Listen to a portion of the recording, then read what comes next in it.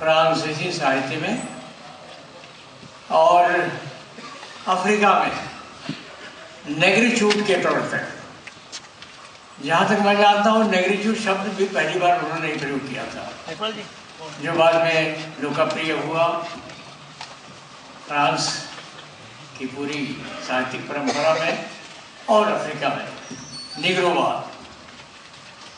इसके प्रथम प्रवर्तक जो भी कह लीजिए सिंगूर थे। मुझे खुशी है कि उस महान कवि जो संयोगवश देश के प्रथम राष्ट्रपति भी थे, उनके प्रतिनिधि के रूप में आज हमारे बीच माननीय संस्कृति मंत्री हैं। ये संजीव का, जिन्हें सम्मानित करने जा रहे सौभाग्य है कि एक ऐसे देश के एक ऐसी महत्वपूर्ण सांस्कृतिक परंपरा के प्रतिनिधि के हाथों उनको ये सम्मान दिया जाता है। संजीव का परिचय देने की आवश्यकता हिंदी पाठकों के लिए आवश्यक नहीं। मैं अपनी बात केवल ये कह के सूचित करूँगा कि इस पुरस्कार की जब घोषणा हुई तो उसके बाद संजीव का एक फ़ोन मुझे मिला, और फ़ोन मिला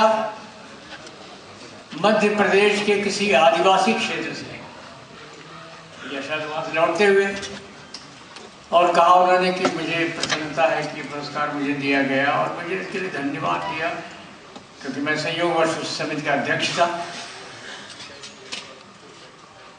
तो मैंने कहा वहाँ क्या कर रहे हैं आप? बोले अपने अगले उपन्यास के लिए कार्य कर रहा हूँ, फील्ड वर्क कर रहा हूँ। मुझे बहुत अच्छा लगा सुन के। एक गंभीर अध्येता फील्ड वर्क करता हुआ उस कलात्मक कृति के स्वरूप की छानबीन कर रहा है, तलाश कर रहा है। इतना जिम्मेवार लेखक जो पहले अपने विषय जुड़ने के लिए वो प्रत्यक्ष संबंध स्थापित करता है, उस पूरे क्षेत्र से जानता है, पहचानता है, और फिर अपने उपन्यास को आगे बढ़ाता है। संजीव के बारे में मशहूर है कि वे बहुत परिश्रमी लेखक, साधक हैं, और उनके कुछ काल्य कहानियाँ, अपराध आरोहण जैसी कहानियाँ, और साथ ही उनके अनेक उपन्यास जो हिंदी की मूल्यवान धरोहर बन चुके हैं। मैं जिस उपन्यास का जिक्र करना चाहता हूँ क्योंकि वो मेरे क्षेत्र से संबंधित है, वो सूत्रधार है। कुछ लोगों का मानना है कि सूत्रधार संजीव का सबसे महत्वपूर्ण उपन्यास है, इस पर विवाद हो सकता है।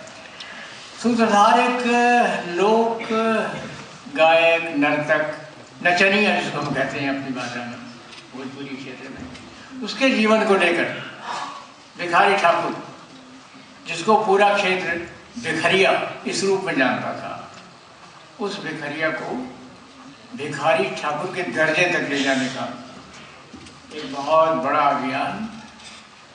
और वो बोली नहीं जानते थे, भोजपुरी से अपरिचित हैं संजीव, लेकिन उसे भोजपुरी की आत्मा तक पहुंचने के लिए जो श्रम किया और जिस तरह की नई भाषा गढ़ी, एक भोजपुरी से मिली हुई हिंदी, ये मुझे बहुत दिलचस्प लगा। और मैं देख रहा था कि नामवर जी ने दाद दी है कहीं उन्हें इस बात के लिए कि वो जहाँ के बारे में बात करते हैं, जिस विषय पर लिखते हैं, वहाँ की भाषा भी पकड़ते हैं। किसी कहानी का जिक्र करते हुए गढ़वाल की भाषा का जिक्र उन्होंने हिंदी के भीतर उसकी छाप डालते हुए नई भाषा की रचना की। ये संजीव का बहुत बड़ा अवदान है। बड़े कथाकार हैं और कहते हैं कि ऐसे बड़े कथाकार को जितना बड़ा सम्मान मिलना चाहिए था, संभव हो वो पहली बार मिल रहा है, और भी बड़े सम्मान की प्रतीक्षा कर रहे होंगे। लेकिन मैं आभारी हूँ इस संस्था का, इसको स्मृति सम्मान, इसको श्री लाल शुक्ल स्मृति सम्मान की भी जो प्रबंध समिति है उसको मैं इतना बता दूँ कि निर्णय करने में 5 मिनट से अधिक देर नहीं लगी। 2-3 नाम जो सामने थे वो पेश किए गए और सर्वसम्मत से बिना किसी ननुनच के सबने स्वीकार किया कि इस पुरस्कार का सर्वोत्तम अधिकारी जो इस सूची में है वो संजीव।